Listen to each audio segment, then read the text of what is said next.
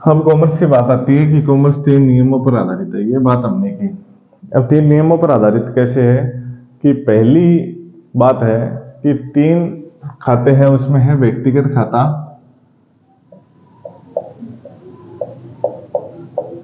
दूसरा वस्तुगत खाता और तीसरा नाम मात्र का खाता। 3 खातों के 3 नियम है। अब नियमों से पहले हमें यह देखना होगा कि क्या चीज क्या है। तो व्यक्तिगत खाते में कोई भी नाम आ जाएगा, राम श्याम गीता सीता, कोई भी।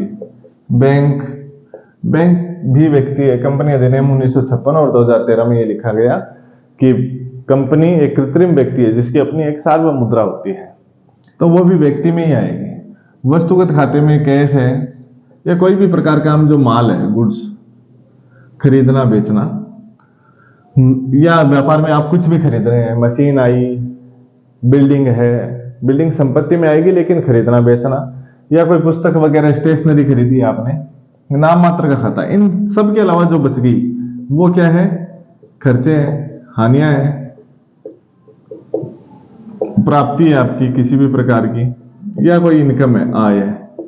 ये 3 चीजें हैं। अब 3 में पहला आता है व्यक्तिगत खाता। व्यक्तिगत खाते का नियम है, ये 3 नियम देखो, जिसको याद है कॉमर्स की कोई चीज कभी नहीं भूलेगा। कोई भी प्रविष्टि और कोई भी चैप्टर हो, चाहे 11वीं क्लास का हो, चाहे 12वीं क्लास का हो, या किसी भी कंपटीशन एग्जाम का हो, बेस यही है, व्यक्तिगत खाता। व्यक्तिगत खाते का नियम है, पाने वाले के नाम करो और देने वाले के जमा करो। दूसरा वस्तुगत खाते का, जो वस्तु व्यापार में आती है उसे नाम करो, और जो वस्तु व्यापार से जाती है उसे जमा करो। तीसरा नाम मात्र खाता, समस्त हानियों व खर्चों के नाम करो और समस्त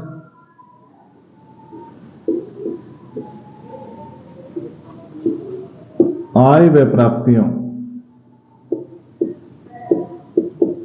के जमा करो।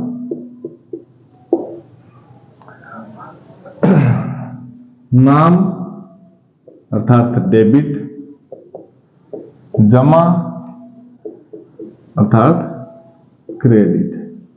अब हमने इससे पहले बात की डबल एंट्री सिस्टम की, दोहरा लेखा प्रणाली की। तो डबल एंट्री सिस्टम यही कहता है कि एक नाम को एक जमा चाहिए, एक डेबिट को एक क्रेडिट चाहिए। कोई भी प्रविष्टि हम यदि करेंगे तो उसमें जितनी रकम डेबिट में आएगी उतनी ही रकम से कोई दूसरा खाता क्रेडिट होगा, जमा होगा, तभी ये डबल एंट्री सिस्टम कहलाती है। डेबिट जो शब्द है वो डेबिटों से बना है और क्रेडिट क्रेडिटों से। अब देखो, इन नियमों के आधार पर हम सामान्य प्रविष्टियां करते हैं। कुछ एक आपको यदि सरल प्रश्न पूछे जाते हैं अकाउंटेंट भर्ती में, तब यही पूछा जाता है कि इस प्रविष्टि में प्रश्न दे दिया गया, जमा कौन सा खाता होगा और कितनी रकम से होगा। सबसे पहले व्यापार में मैं इनको मिटा देता हूं, ऊपर वाली 3 लाइनें।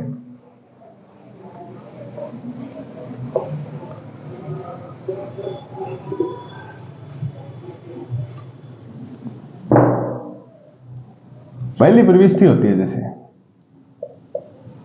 1 लाख रुपए से व्यापार प्रारंभ किया। अब देखो इस प्रश्न में क्या है, 1,00,000 रुपए से व्यापार प्रारंभ किया। मान लीजिए राम का ये व्यापार है, राम ने 1,00,000 रुपए से व्यापार प्रारंभ किया। तो भाई के आयो व्यापार में, तो 1,00,000 रुपया आया। कौन दिया? राम दिया। किसने दिया? व्यापार ने दिया। अब ना बात समझने की जरूरत है कि राम और व्यापार दोनों अलग अलग है। व्यापार में एक पृथक अस्तित्व की अवधारणा है, जिसका को मतलब वो है कि राम और व्यापार दोनों अलग अलग है, दोनों को अस्तित्व है अलग अलग है। तो राम जितना रुपया व्यापार ने दिया है, व्यापार के लिए वो दायित्व है, राम के लिए संपत्ति है। अभी मैं दो खाता है, देखो एक तो है 1,00,000 रुपया, रुपया के है वस्तु, राम के है व्यक्ति। इसी बात है, यानी एक लाइन तो व्यक्तिगत खाता की, एक वस्तुगत खाता की। वस्तुगत खाता को नियम क्या करे कि जो वस्तु व्यापार में आती है उसे नाम करो। आज सिंपल चीज बढ़ी आपा। सबसे पहले तो क्या है, वस्तु आई, ये वस्तु को नाम किया cash, cash account BR। To का मतलब CR किसको करना। दूसरा है व्यक्ति, तो व्यक्तिगत खाते की दूसरी लाइन आनी है, व्यक्ति राम, पाने वाले के नाम, पाने वाला तो व्यापार था, कैश जो वस्तु है उसको DR किया, देने वाले की जमा, देने वाला राम है, तो टू राम हो जाना चाहिए, ठीक है। लेकिन यहां एक समस्या है, राम के व्यापार में राम का नाम नहीं लिखा जाएगा, स्वयं के खातों में वो स्वयं का नाम नहीं लिखेगा, इसकी जगह एक खाते का प्रयोग करेगा, उसको हम कैपिटल कहते हैं, पूंजी खाता। इसके माध्यम से ही सारे लेन देन करेगा। इसलिए जो पहली प्रविष्टि बनती है वो आपको कैश अकाउंट या तो कैपिटल अकाउंट प्रविष्टि बनती है। अब राम आगे व्यवहार करेगा, दूसरा व्यवहार किया राम ने, 1,00,000 रुपए से व्यापार शुरू हो गया। अब 50,000 रुपए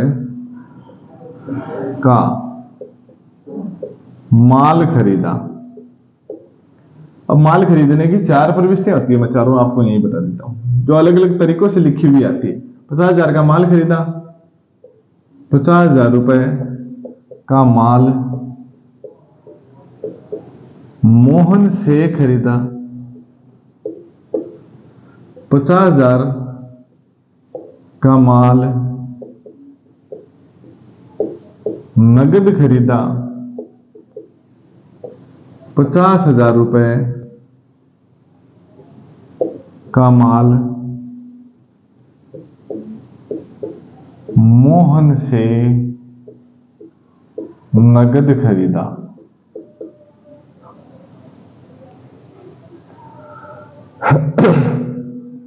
एक और मान लो आप, 50,000 रुपए का माल मोहन से उधार खरीदा। अब देखो सारे एक जैसे ही हैं। स्थिति क्या है, पहला 50,000 रुपए का माल खरीदा, क्या आया, माल आया, आने में क्या है, परचेज, खरीदने को हम कहते हैं परचेज, वस्तुगत खाता 1। अब दूसरा हमें कोई आदमी इसमें दिखाई नहीं दे रहा, एक तो बात ये रुपए है, तो इसका मतलब है कि ये नगद है, किसी का नाम नहीं लिखा गया तो नगद है। दूसरी प्रविष्टि में 50,000 रुपए का माल मोहन से खरीदा, मोहन से खरीदा। देखो बहुत सीधी सीधी बात है कि मैं नाम आ गया मोहन को, वो माल है उधार, क्या है, उधार। उधार क्यों है कि आप एक बहुत सिंपल सी बात करिया करा कि आपने आस पड़ोस में जी दुकान है, पर आप जावा और आप कोई वस्तु खरीद करके ले आवा, जब आप रुपये देवा तो वो अपन की कौन पूछे, भाई साहब किताब दिया, किताब दे दी, रुपया ले लिया, बात खत्म।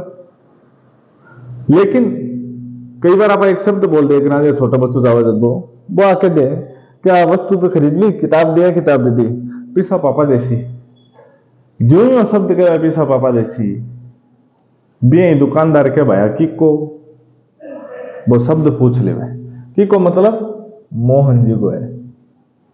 अब वो नाम लिख सी मोहन जी के, नहीं को लिखो, नहीं के लिखो कैश, कैश जो था आजा बाप बड़ा ना भैया सबसे बड़ा रुपया, कोई नाम लिखने की जरूरत को नहीं, कैश आ जाओ जो। तो मोहन नाम आयो इको मतलब है उधार। 50,000 रुपए का माल नगद खरीदा, अब नगद आ गयो, कोई की जरूरत को नहीं। 50,000 रुपए का माल मोहन से नगद खरीदा, अब फिर मोहन नाम तो आयो लेकिन नगद आ गयो। दोनों में कौन बड़ो है, मोहन बड़ो कि नगद बड़ो? नगद बड़ो, कैश। 50,000 रुपए का माल मोहन से उधार खरीदा, अब मोहन नाम ही आ गयो, उधार करने की जरूरत को नहीं, जी नाम आयो वो उधार। तो जब नगद हो गए, पहली बात आप अगर हम माल नगद खरीदने की, नगद खरीदा तो के प्रविष्टि होगी। 50,000 रुपए का माल खरीदा है हमने, अब के आयो, माल आयो, माल आयो जिनके का, जो वस्तु व्यापार में आती है उसको नाम करो, परचेज अकाउंट DR टू के गयो, माल खरीदा पिसा दिया, पिसा गया, जो वस्तु व्यापार से जाती है उसको जमा करो, purchase account DR to cash account. अब प्रश्न में था ना, आप पूछा कंपटीशन में 50,000 रुपए का माल खरीदा, कौन से खाते को जमा किया जाएगा? तो ये मैं 4 ऑप्शन दे दी सी, कैश दे दी सी, परचेज दे दी सी, सेल्स दे दी सी, कैपिटल दे दी, वो तो सन कैश कर दो है। 50,000 रुपए दूसरी प्रविष्टि, 50,000 रुपए का माल मोहन से खरीदा। अभी मैं 2 ट्रिक है, पहली बात तो आए कि परचेज तो DR होना ही है, परचेज 90% केसों में DR होता है, ध्यान रखना, परचेज अकाउंट DR टू। यदि आप नगद खरीदे तो कैश हो रहे हो CR, लेकिन अब नाम आ गयो तो टू मोहन, कैश की जगह क्या जी टू मोहन्स अकाउंट। दूसरी बात, अब ट्रिक क्या है देखो, जटे से शब्द आ जा भी से पहले जो नाम हुआ है, कुछ भी नाम हो चाहे मोहन सोहन गीता सीता, और प्रविष्टि में पूरी में खटी नगद शब्द नहीं हुआ है, से आ जा, इससे पहले नाम देखना है, खटी नगद शब्द नहीं हुए आ देखना है, तो वो जो शब्द है से पहले वो हमेशा CR होगा। तीसरी, 50,000 रुपए का माल नगद खरीदा, प्रविष्टि आई बननी है, दोनों एक ही चीज है, इनमें शब्द नगद कौन लिखे रहो, इनमें नगद आ गयो, purchase account DR to cash. 50,000 रुपए का माल मोहन से नगद खरीदा, अब नाम से भी है, मोहन भी है, लेकिन अपनी तीसरी शर्त की कि नगद शब्द नहीं आना चाहिए। यदि नगद आ जा तो फिर भाई बात है कि नगद आ जाए तो कोई भी आदमी को नाम को नहीं आवे, खाली नगद आसी, purchase account DR to cash account आई प्रविष्टि पर से। फिर क्या, 50,000 रुपए का माल मोहन से उधार खरीदा, मोहन नाम आ गया, उधार लिखने की जरूरत भी को नहीं, लिख दियो तो बहुत बढ़िया बात है, मोहन से उधार खरीदा, जो वस्तु व्यापार में आई नाम करो, purchase account DR to Mohan's account. नाम तो लिखना है, वो पैसा भी तो देसी बा, आप खरीदा इन पैसा देसा, बाद में आओगी खरीदने की प्रविष्टि। अब देखो दूसरी प्रविष्टियां जो है वह है बेचने की।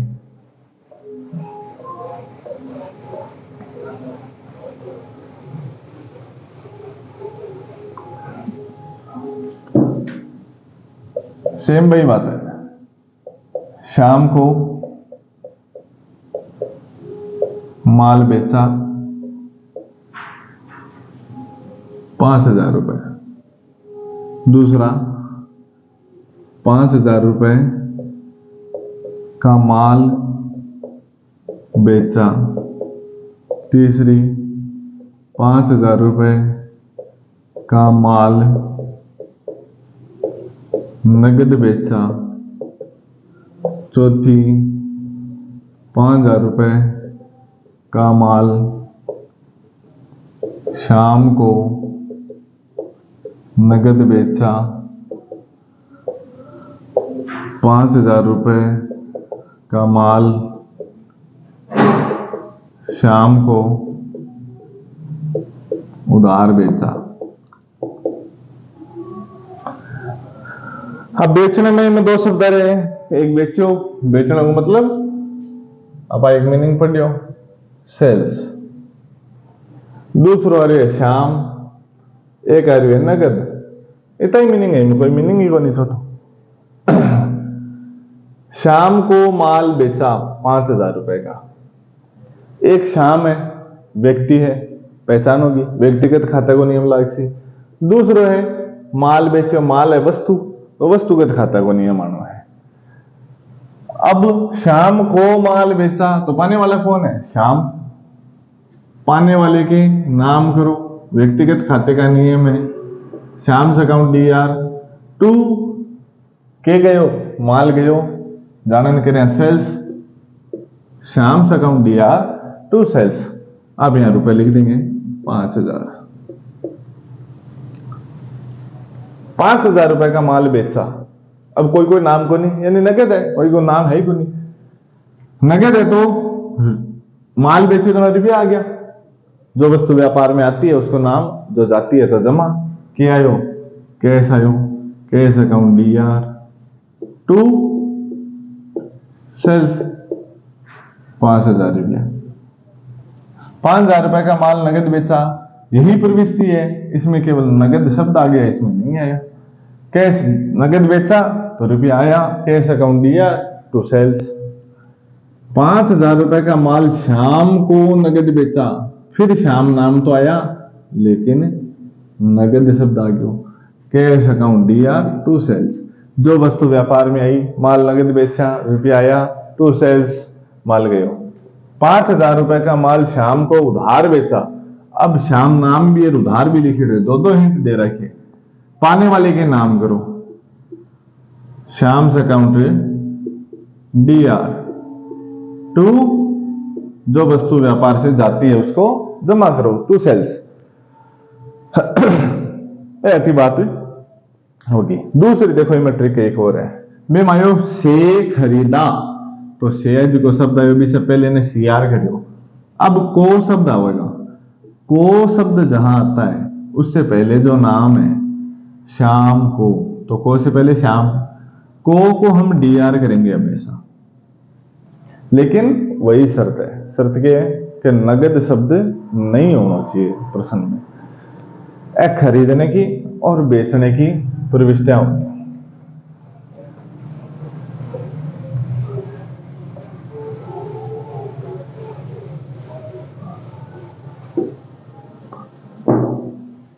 अब देखो 30 रोज को खातो है, अभी की एक भी प्रविष्टि को नहीं है आपने, नाम मात्र को खातो। बिम के मजदूरी चुकाई, वेतन चुकाया, कमीशन चुकाया,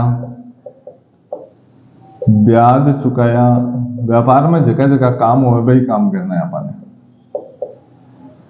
या आगे प्राप्ति, ब्याज चुकाया, दूसरी तरफ लिख दो थाने प्राप्त, कमीशन भी प्राप्त, दो चीज है उसके। वेतन आप चुकावांगा, मजदूरी चुकावांगा, किराया चुकाया।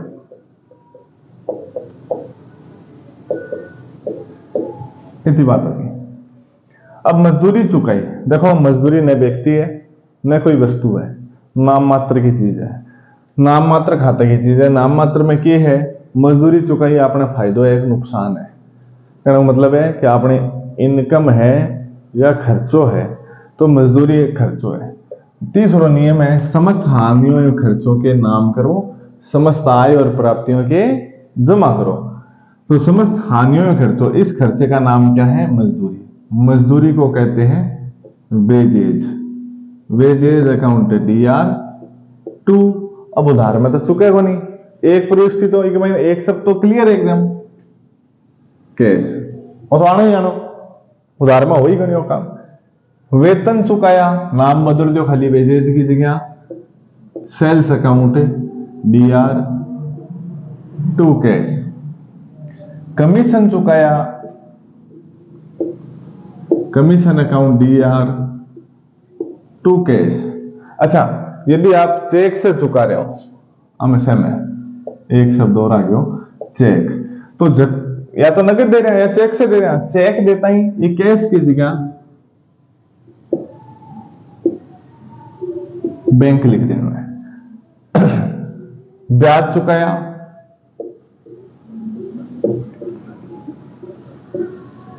इंटरेस्ट अकाउंट दिया टू कैश, किराया चुकाया, रेंट अकाउंट दिया टू कैश। अब यदि आपकी प्राप्ति की है, जो भी चीज प्राप्त हो रही है, कमीशन प्राप्त हो रही है, अब क्यों यार उल्टा हो गया काम, देखो चुकाएगा कमीशन अकाउंट दिया टू कैश, प्राप्ति होगा तो कैश ऊपर है जैसी, क्योंकि चुकाने का उल्टो प्राप्त होना है, तो प्रविष्टि भी उल्टी कर दो, कैश नीचे है तो कैश ऊपर कर दो, कैश अकाउंट दिया टू कमीशन, कैश अकाउंट दिया टू कमीशन। दूसरी बात, नियम से यदि चलो, जो वस्तु व्यापार में आती है, कमीशन प्राप्त हुआ, आयोगे रुपया आया, कमीशन अकाउंट कैश अकाउंट दिया टू कमीशन, प्राप्ति को नाम आ गयो। ब्याज प्राप्त हुआ, कैश अकाउंट दिया टू इंटरेस्ट। और कोई भी चीज की प्राप्ति हो, कैश ऊपर भी प्राप्ति को नाम नीचा जैसे।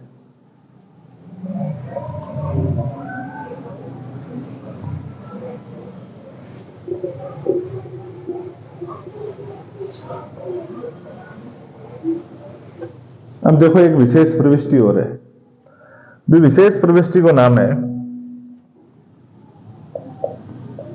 आहरण, जी की ऐसा थोड़ी अलग है। आहरण ने आपा मीनिंग भी लिखियो ड्राइंग। व्यवसाय से रुपया या माल निकालनो, निकाल सी कौन, व्यवसाय को स्वामी निकाल सी। अब एक दुकान कर रखे हैं, तब आ गयो पापा पापा मम्मी 5 किलो चीनी मंगाई है, देनी पड़ सी, रुपया भी कौन दे, दिन में 2 बार ऐसी पापा मम्मी 200 रुपया मंगाए, देना पड़ सी। दोनों के आहरण है, आहरण के 1 रुपया को और दूसरो माल को, गुड्स को। दोनों स्थिति में आहरण क्यों है डीआर, ड्राइंग्स अकाउंट डीआर। यदि रुपए का आहरण है तो टू कैश, जो वस्तु व्यापार से जाती है उसको जमा करो। यदि माल का आहरण है, ड्राइंग्स अकाउंट डीआर। अब माल कौन सो है, बेचेड़ो तो हाथ पर नहीं, खरीदेड़ो माल है, खरीदेड़ो माल है तो drawing account DR to purchase. अब खरीदेड़ो माल परचेज 99% डीआर को कहो बतने, अब वो खरीदेड़ो माल ये अपनो सीआर हो जैसी, ये वास्ते परचेज हुआ। तो दो ही स्थिति में परचेज में, एक में ही सीआर हुई है परचेज, बाकी जगह भी सीआर हो सी, वह भी बता श्यापा।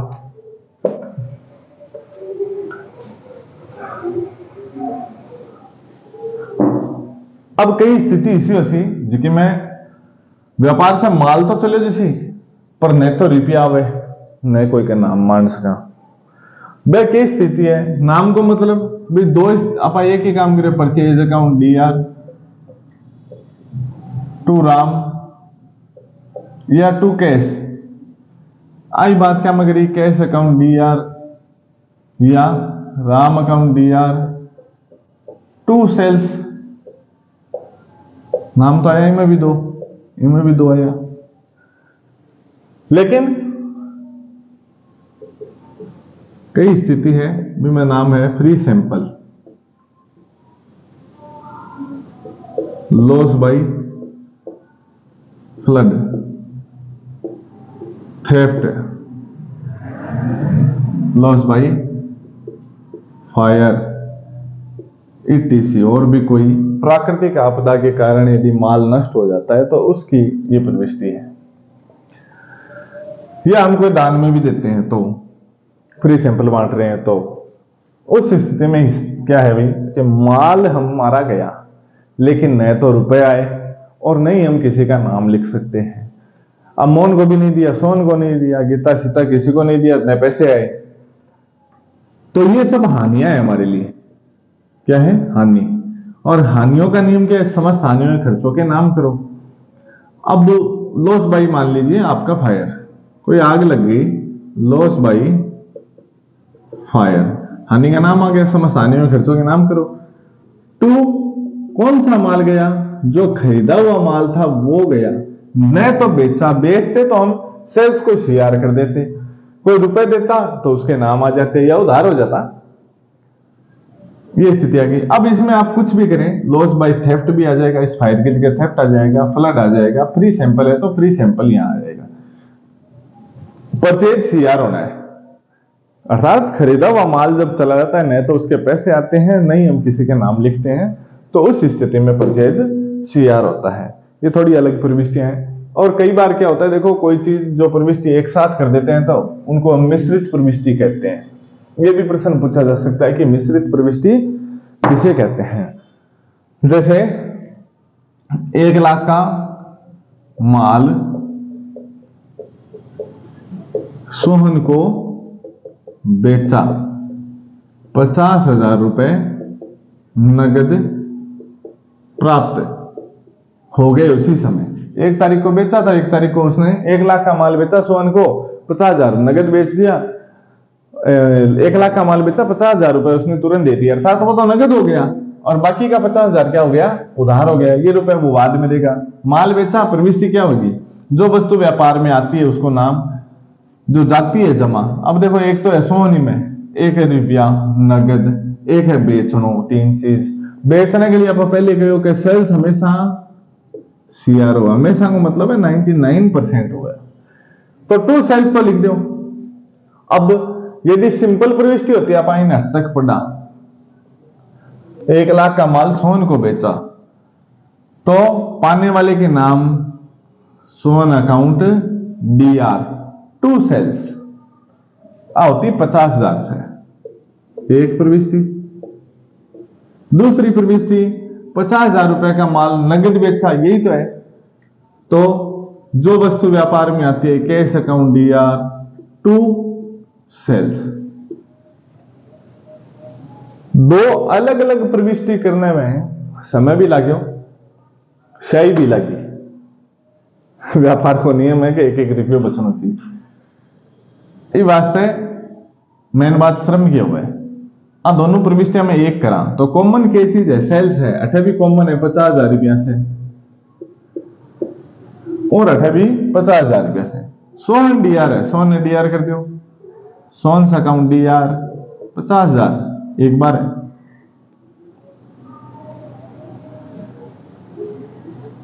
टू